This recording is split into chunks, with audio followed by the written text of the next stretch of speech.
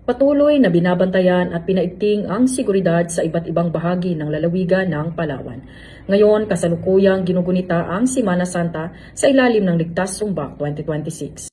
Narito ang 2nd Special Operations Unit Maritime Group na aktibong nagpapatupad ng mas pinahigpit na police visibility sa mga pantalan at mga pangunahing destinasyon upang tiyakin ang kaligtasan ng mga biyahero at turistang patuloy na dumadagsa sa mga lugar pasyalan sa lalawigan.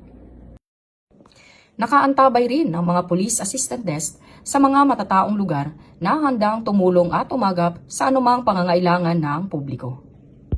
Samantala, nakiisa naman ang 2nd Special Operations Unit Maritime Group sa pagdaos ng Daan ng Cruz bilang bahagi ng patuloy na pagunita ng Semana Santa at pag-alang sa pananampalataya ng mga Palawenyo. Isang regular na interagency maritime operation ang isinagawa ng pinagsanib na pwersa ng Philippine Coast Guard, Philippine Navy, Philippine Marine Corps, PNP Maritime Group sa paligid ng Pag-asa Island at Sandy Cays.